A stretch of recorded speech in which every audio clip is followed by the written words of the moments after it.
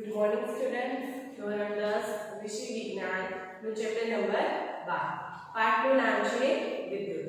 તો અગાઉના લેક્ચરમાં આપણે ભણ્યા કે જ્યારે અવરોધોને શ્રેણીમાં જોડવામાં આવે તો એનો સમતુલ્ય અવરોધ કેટલો થાય. ઓકે, એનું આપણે સૂત્ર જોયું કે R R1 R2 R3. જો 3 થી વધારે અવરોધ હોય તો એ બધા અવરોધનો આપણે શું કરશું, સમતુલ્ય અવરોધ મેળવવા માટે એનો સરવાળો કરશું. ઓકે, તો અગાઉના લેક્ચરમાં જેમ આપણે સૌથી પહેલા શું કર્યું તો એક રેખાકૃતિ દોરી તો એક પરિપથ દોર્યો હતો કે જેની અંદર 3 અવરોધો છે એને શ્રેણીમાં જોડેલા હતા.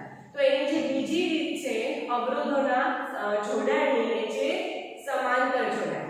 તો આજે આપણે ભણીશું અવરોધોનું સમાંતર જોડાણ.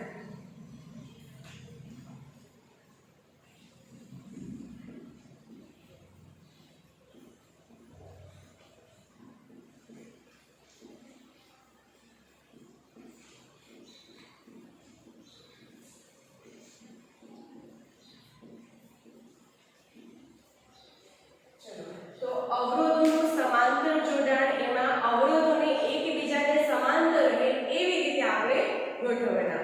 ચલો, તો સૌથી પહેલા આપણે જોઈશું વિદ્યુત પરિપથ. ચલો, તો આ 3 અવરોધો છે R1, એના પછી અવરોધ છે R2, એના પછીનો અવરોધ R3.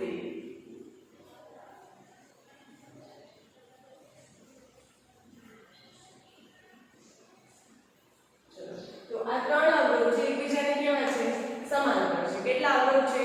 3. તો આપણે એને નામ આપીએ. ચલો, પહેલો છે અવરોધ, એને આપણે નામ આપીએ R1, બીજો અવરોધ R2, ત્રીજો અવરોધ R3. એને કેવી રીતે જોડ્યા છે આપણે, તો કે સમાંતર. ચલો, હવે આગળનો વિદ્યુત પરિપથ દોરીએ કે જેની અંદર બેટરી, વોલ્ટમીટર, એમીટર અને કળ છે દોરશું. ચલો,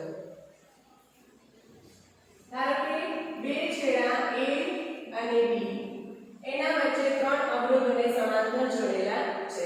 હવે આ બે છેડા વચ્ચેનો વિદ્યુત સ્થિતિમાનનો તફાવત જાણવા માટે આપણે શું કરશું તો કે એને સમાંતર એક વોલ્ટમીટર મૂકશું. ચલો,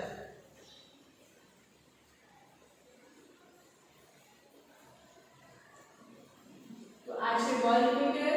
હવે તો કે પરિપથમાં વિદ્યુત પ્રવાહ મેળવવા માટે આપણે મૂકશું બેટરી,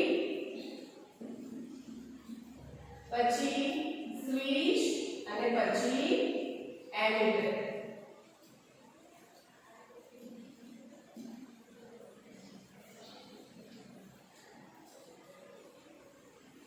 ચલો, તો પરિપથ છે તૈયાર છે કે જેમાં 3 અવરોધો એકબીજાને સમાંતર છે. એક બેટરી છે, ચલો એનો મોટો છેડો પ્લસ, બીજો નાનો છેડો છે, નાની લાઈન છે એ માઈનસ. હવે એમીટરમાં તો માઈનસ છે, માઈનસ સાથે જોડશું, બીજો પ્લસ. એવી રીતે આ જે પ્લસ છેડો છે એ વોલ્ટમીટરના પ્લસ સાથે, બીજો હશે એ માઈનસ. વિદ્યુત પ્રવાહની દિશા દર્શાવશું જે ધન ધ્રુવથી બેટરીના ધન ધ્રુવથી બેટરીના ઋણ ધ્રુવ સુધી જાય. ચલો, તો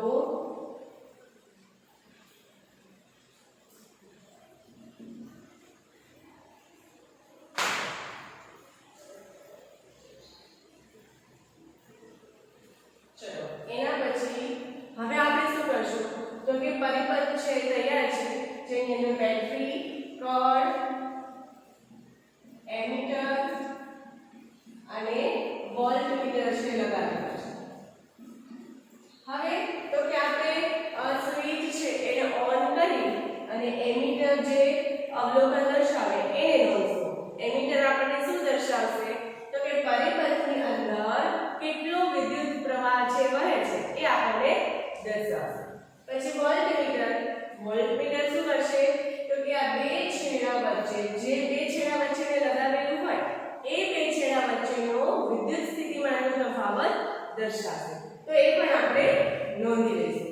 તો ધારો કે આપણને એમીટર છે એનું અવલોકન I જેટલું મળે છે અને વોલ્ટમીટર છે એ V જેટલું અવલોકન દર્શાવે છે. કે જે તે કિંમત હોઈ શકે.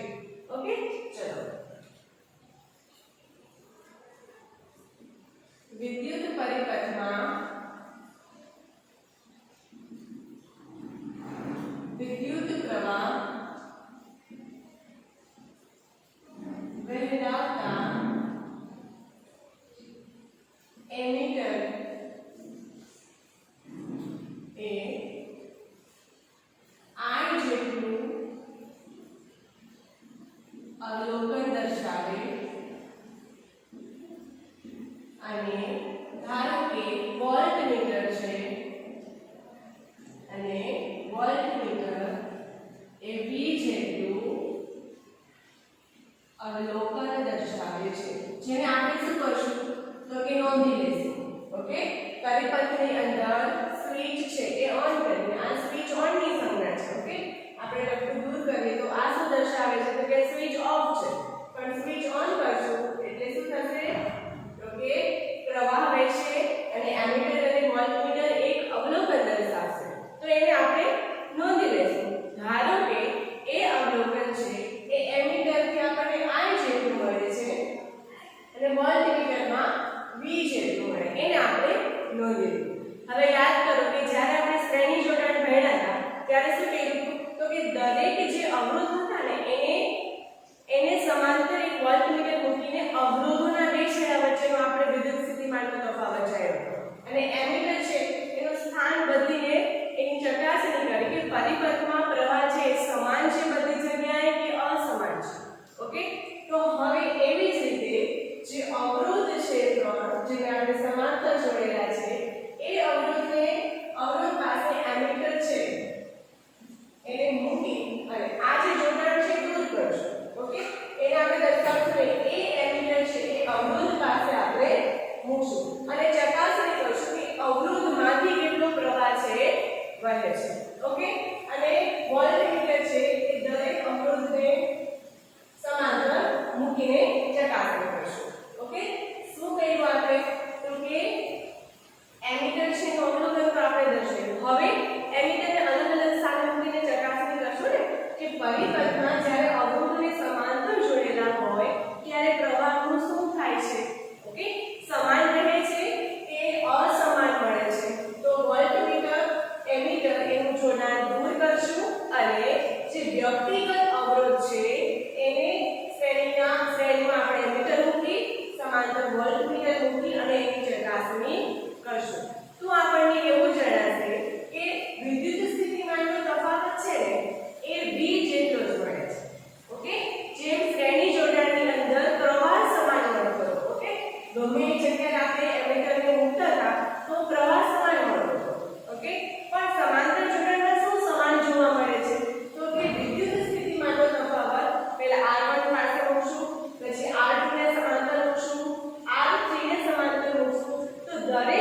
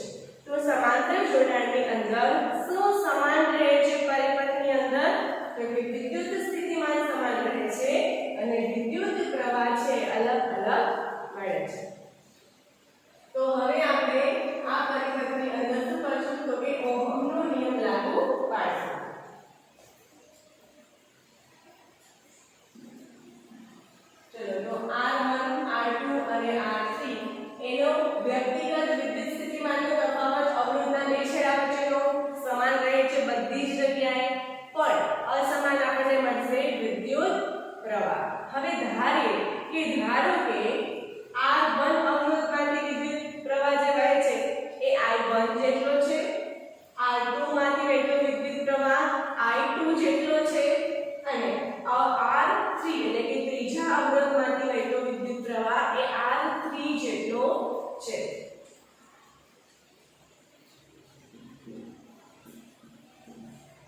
અવરોધોમાંથી પસાર થતો વિદ્યુત પ્રવાહ કેવો મળે છે? અસમાન મળે છે. હવે ઓહમનો નિયમ લખીએ. આપણને ખબર છે ઓહમનો નિયમ શું છે? ઓહમનો નિયમ છે V બરાબર I R. તો ચલો હવે લખશું V બરાબર I R. હવે આ સમાંતર જોડાણની અંદર શું અસમાન મળે? તો કે આપણને ખબર છે કે વિદ્યુત પ્રવાહ છે એ અસમાન છે. ઓકે, તો વિદ્યુત પ્રવાહનું સૂત્ર આપણને ખબર છે કેટલું હોય? તો કે I છે એને બરાબરની આ પાસે લઈ આવીએ તો V ના છેદમાં R. ઓકે, વિદ્યુત પ્રવાહ છે એનું સૂત્ર મેળવવું, કારણ કે બધી જગ્યાએ વિદ્યુત પ્રવાહ અસમાન છે તો આપણે જાણવું પડશે ને કે દરેક વખતે વિદ્યુત પ્રવાહ કેટલો હોય. ઓકે, અને સમાન શું હોય છે? તો કે વિદ્યુત સ્થિતિમાન એ સમાન હોય છે અને વિદ્યુત પ્રવાહ છે અસમાન બને ક્યારે? તો કે જ્યારે બધા અવરોધો જે છે એને સમાંતર જોડવામાં આવે ત્યારે વિદ્યુત સ્થિતિમાન સમાન હોય છે પરિપથમાં, જ્યારે વિદ્યુત પ્રવાહ અસમાન મળે છે. ચલો તો આપણે અવરોધનો નિયમ હવે લાગુ પાડશું. તો ઓહમનો નિયમ લાગુ પાડશું. ઓહમનો નિયમ છે V બરાબર I R. હવે I છે એ આપણે જાણવું છે કારણ કે વિદ્યુત પ્રવાહ અસમાન મળે છે તો I બરાબર V ના છેદમાં R. ચલો હવે આ જે સૂત્ર છે એ દરેક અવરોધ માટે આપણે લાગુ પાડશું. તો આપણી પાસે ત્રણ અવરોધો છે સમાંતર. એમ કહી શકાય કે R1 અવરોધમાંથી વહેતો વિદ્યુત પ્રવાહ, તો આપણે એને શું કહીશું? I1 અવરોધ R1 અવરોધમાંથી કેટલો પ્રવાહ વહે છે? તો કે I1 છે. ઓકે, આપણે કહ્યું હતું કે આમાંથી I1 I2 અને I3. તો એ I1 અવરોધનું સૂત્ર લખવું હોય તો કે I બરાબર V ના છેદમાં R છે તો આપણે લખશું V1 ને લખીએ. શું કામ? તો કે વિદ્યુત સ્થિતિમાન બધી જગ્યાએ V જેટલો મળે છે એટલે V ના છેદમાં R. તો આ પહેલો અવરોધ છે R1 તો આપણે લખશું I1 બરાબર V ના છેદમાં R. ચલો આ આપણે લીધું R1 અવરોધમાંથી લીધો વહેતો વિદ્યુત પ્રવાહ. હવે એવી રીતે R2 અવરોધમાંથી વહેતો વિદ્યુત પ્રવાહ જેને આપણે કેટલો પ્રવાહ વહે છે? ધારો કે I2 જેટલો. ઓકે, R2 માંથી વહેતો વિદ્યુત પ્રવાહ I2 એના બરાબર આપણે આ રીતે લખીએ V ના છેદમાં R2. ચલો એવી જ રીતે હવે R3 અવરોધમાંથી વહેતો વિદ્યુત પ્રવાહ એને આપણે કહીશું I3 બરાબર V ના છેદમાં R3. ઓકે, આપણે શું કહ્યું? તો કે R1 અવરોધમાંથી વહેતો વિદ્યુત પ્રવાહ કીધું I1 બરાબર V ના છેદમાં R1, I2 બરાબર V ના છેદમાં R2 અને I3 બરાબર V ના છેદમાં R3. ઓકે, જેમ આપણે શ્રેણી જોડાણમાં એવું જોયું કે જે વ્યક્તિગત અવરોધનો વિદ્યુત સ્થિતિમાનનો તફાવત છે એ પરિપથમાંથી જે કુલ વિદ્યુત સ્થિતિમાનનો તફાવત હતો એના સરવાળા બરાબર આપણને મળતું હતું. તો અહીંયા પણ જે સૌથી પહેલા આપણને પ્રવાહ મળે છે I એ આ વ્યક્તિગત અવરોધમાંથી પસાર થતો વિદ્યુત પ્રવાહ છે ને એના સરવાળા બરાબર મળે છે. તો એના પ્રમાણે આપણે લખી શકીએ કે I બરાબર I1 પ્લસ I3. શા માટે આપણે આવું લખી શકીએ? તો કે આપણને એ ખબર છે કે વિદ્યુત પ્રવાહ છે ને એ અસમાન મળે છે, પણ આ દરેક અવરોધ છે એની પાસે આપણે જ્યારે એમીટર મૂકી અને એનું અવલોકન કરીએ છીએ ત્યારે આપણે એવું જાણવા મળ્યું કે R1 માંથી ધારો કે I1 જેટલો પ્રવાહ વહે છે, R2 માંથી I2 જેટલો, R3 માંથી I3 જેટલો. હવે આ ત્રણેયનો સરવાળો છે ને એ આપણને એક કુલ પ્રવાહ જ્યારે મળે એના સરવાળા જેટલો હોય છે. ઓકે, તો એના ઉપરથી આપણે લખ્યું I I1 I2 I3. હવે એ જે મૂલ્ય છે I1 I2 I3 એના ઉપર આપણે ઓહમનો નિયમ લાગુ પાડ્યો. ઓકે, તો હવે એને આપણે આ સમીકરણ 1 ની અંદર મૂકશું. ચલો, તો આપણને મળે I બરાબર શું છે? V ના છેદમાં R બરાબર I1 બરાબર આપણે લખશું V ના છેદમાં R1 પ્લસ I2 માટે લખશું V ના છેદમાં R2 પ્લસ I3 એમાં લખશું V ના છેદમાં R. ચલો, હવે તમે જોઈ શકો છો કે V બધે સરખો છે, એને આપણે દૂર કરીએ તો આપણને કેવું સમીકરણ મળે?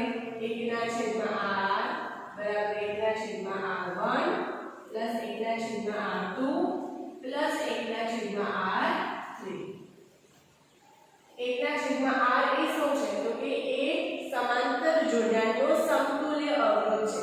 જેમ શ્રેણી જોડાણના સમતુલ્ય અવરોધનું સૂત્ર R બરાબર R1 plus R2 plus R3, એવી રીતે સમાંતર જ્યારે અવરોધોને જોડેલા હોય તો એનું સમતુલ્ય અવરોધનું સૂત્ર 1 ના છેદમાં R બરાબર 1 ના છેદમાં R1 પ્લસ 1 ના છેદમાં R2 પ્લસ 1 ના છેદમાં R3.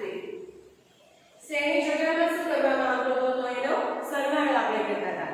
તો કે ધારો કે શ્રેણીમાં જો 3 અવરોધ જોડેલા છે 2 ઓહમના, તો એનો સમતુલ્ય અવરોધ કેટલો? તો કે ત્રણેયનો આપણે સરવાળો કરશું 2 4 6, તો એનો સમતુલ્ય અવરોધ થાય 6 ઓહમ. ઓકે, સરવાળો કર્યો. હવે જો આ જ અવરોધ એ સમાંતર જોડેલા હોય તો શું કરશું? તો કે એના વ્યસ્ત પ્રમાણનો આપણે કરશું સરવાળો. 1 ના છેદમાં R બરાબર આપણે કહ્યું 1 ના છેદમાં R1 વત્તા 1 ના છેદમાં R2 પ્લસ 1 ના છેદમાં R3. તો આ જે સમતુલ્ય અવરોધનું સૂત્ર છે એ કેવા જોડાણનું છે? તો કે સમાંતર જોડાણના સમતુલ્ય અવરોધનું સૂત્ર. ચલો, બંને આપણે સૂત્ર છે લખી નાખીએ. શ્રેણી જોડાણ માટે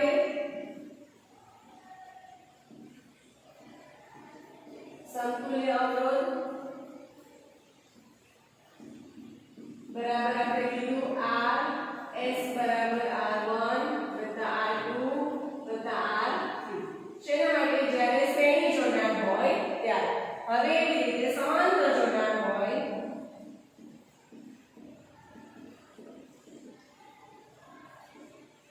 સમતુલ્ય અવરોધ બરાબર 1 ના છેદમાં RP.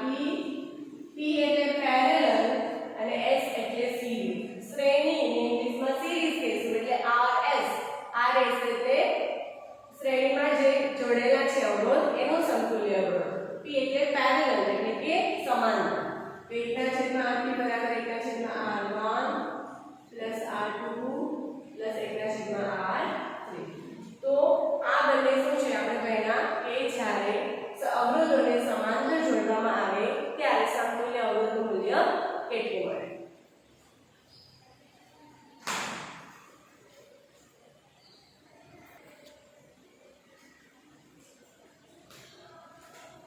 તો આજે આપણે જોયું કે અવરોધોનું સમાંતર જોડાણ. ખાસ યાદ રાખવાનું કે જ્યારે અવરોધોને શ્રેણીમાં જોડવામાં આવે ત્યારે શું સમાન રહે છે? તો કે વિદ્યુત પ્રવાહ સમાન રહે છે અને વિદ્યુત સ્થિતિમાનનો તફાવત અલગ અલગ રહે છે દરેક અવરોધ માટે. સમાંતર જોડાણમાં શું સમાન રહે છે? એનાથી ઉલટું વિદ્યુત સ્થિતિમાનનો તફાવત સમાન રહે છે, વિદ્યુત પ્રવાહ અલગ મળે છે. તો આપણે જે અલગ મળે છે એને આપણે સૂત્ર બનાવીએ છીએ. ઓકે, અને પછી આપણે સમતુલ્ય અવરોધનું જે સૂત્ર છે મળી જશે.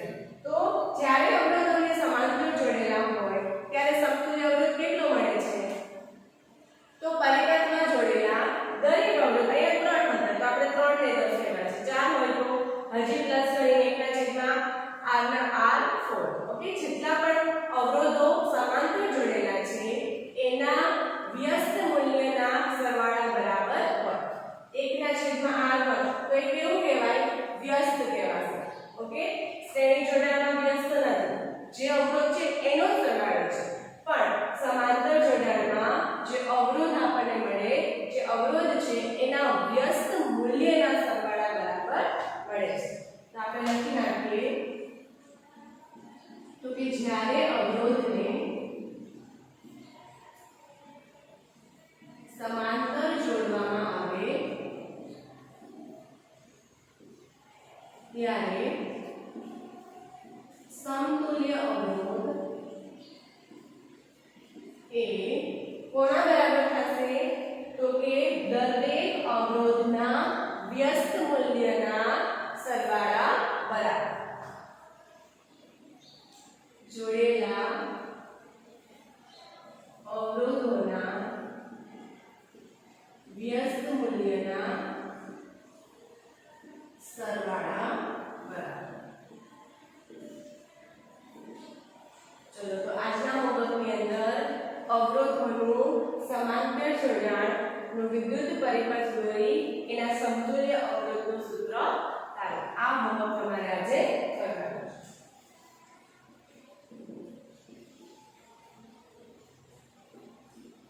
અવરોધોનું